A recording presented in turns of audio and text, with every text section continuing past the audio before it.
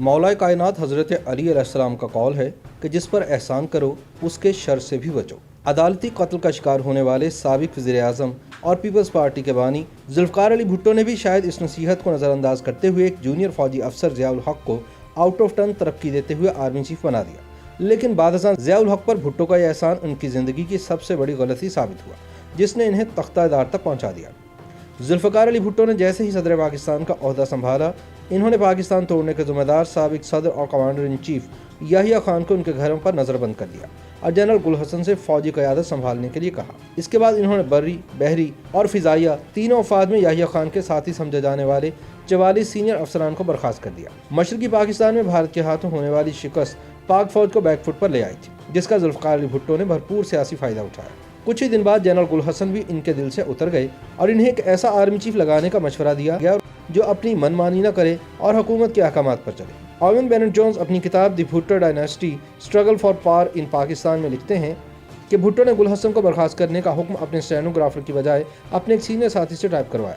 General गुल हसन की बर्खास्तगी के हुक्म के बाद इन्होंने अपने काबिल एतमाद साथी गुलाम मुस्तफ़ा से जनरल गुल हसन के साथ लाहौर जाने को कहा, ताकि गुल हसन से उस वक्त तक कोई राब्ता ना हो जब तक उनके जाननशीन के तकर्रुर का हुक्म जारी ना हो जाए। इस फैसले की मुखालफत करने वाले मुमकिन अहदेदारों को सिर्फ एक फर्जी इजलास के लिए तलब किया गया और उन्हें उस वक्त तक वहाँ रखा गया जब तक गुल हसन का इस्तीफ़ा नहीं ले लिया गया। रेडियो टीवी स्टेशन पर पुलिस तैनात कर दी गई। गुल हसन के बाद भुट्टो ने अपने काबिल एतमाद जनरल टिका खान को पाक फ़ौज का सरबराह मुकर्रर किया। जब टिका खान की मुद्दत मुलाजमत खत्म हुई तो उन्होंने भुट्टो को अपने जानशीन के लिए मुमकिन 7 लोगों की फहरिस्त भिजवाई। इसमें उन्होंने दानिस्ता तौर पर जनरल ज़िया-उल हक़ का नाम नहीं लिखा, क्योंकि उन्हें हाल ही में लेफ्टिनेंट जनरल के ओहदे पर तरक्की दी गई थी, लेकिन भुट्टो ने उन्हीं के नाम पर मोहर ज़ब्त की।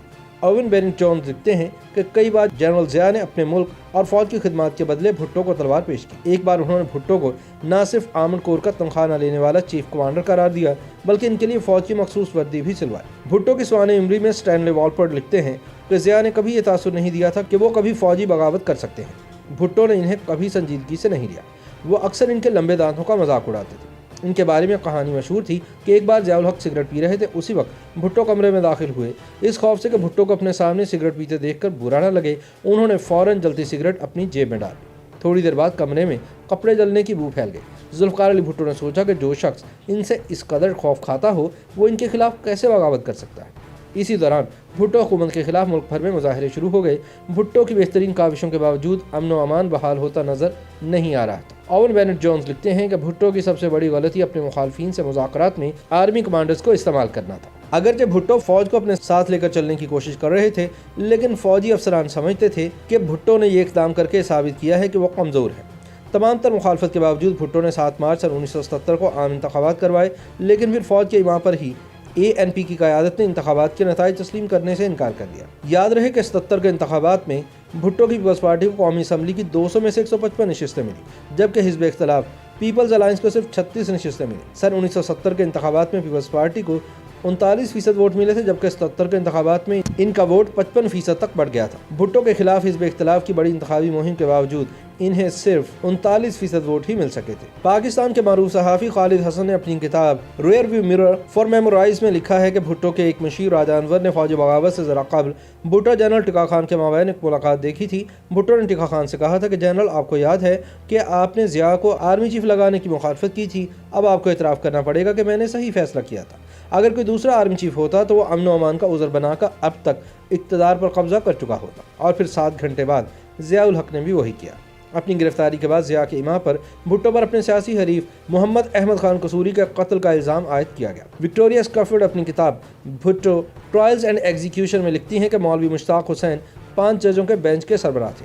भुट्टो के साथ इनकी पुरानी दुश्मनी थी। जब भुट्टो इक़्तिदार में थे तो उन्होंने 2 बार जूनियर जजेस को इनसे पहले प्रमोट किया था। समाअत के दौरान जब भुट्टो ने अदालत में खुसूसी तौर पर तमीरशुदा कटहरे में बैठे जाने के हुक्म पर बरहमी का इज़हार किया तो मौलवी मुश्ताक ने तंज़िया लहजे में कहा कि हमें मालूम है कि आप आराम तलब ज़िंदगी गुजारने के आदी रहे। इसका ख्याल करते हुए हमने कटहरे में आपके लिए कुर्सी का बंदोबस्त किया है, वरना आपको आम मुजरिमों की तरह बेंच पर ही बिठाया जाता। मौलवी मुश्ताक हुसैन ने भुट्टो को सज़ाए मौत सुनाई। भुट्टो ने इसके खिलाफ सुप्रीम कोर्ट ऑफ पाकिस्तान में अपील की।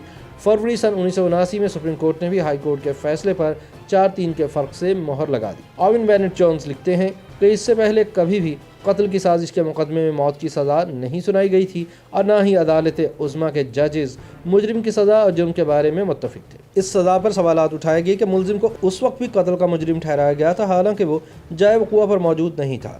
بھٹو نے فیصلے کے خلاف نظر ثانی کی درخواست بھی دائر کی، لیکن اسے اس بنیاد پر مسترد کر دیا گیا کہ اس میں یہ بحث نہیں کی گئی کہ پچھلے 2 مراحل کے فیصلے میں قانون کی خلاف ورزی ہوئی ہے۔ روس کے صدر برزنیف، چین کے سربراہ ہوائے گیفنگ اور سعودی عرب کے شاہ خالد سمیت دنیا بھر کے متعدد رہنماؤں نے بھٹو کی سزا کو معاف کرنے کی اپیل کی۔ برطانیہ کے وزیر اعظم جیمز کلیگن نے جنرل ضیاء کو 3 خطوط لکھے، جس میں ایک خط کے آخر میں انہوں نے لکھا کہ بطور فوجی آپ کو ایک پرانی بات یاد ہوگی کہ میدان جنگ میں تو گھاس بہت جلدی آگ پکڑتی ہے لیکن تختہ دار پر کبھی نہیں۔ لیکن چونکہ ضیاء الحق نے بھٹو کو پھانسی دینے کا مصمم ارادہ کر لیا تھا، اس لیے انہوں نے پاکستان کے پہلے منتخب وزیر اعظم ذوالفقار علی بھٹو کا جوڈیشل مرڈر کر دیا۔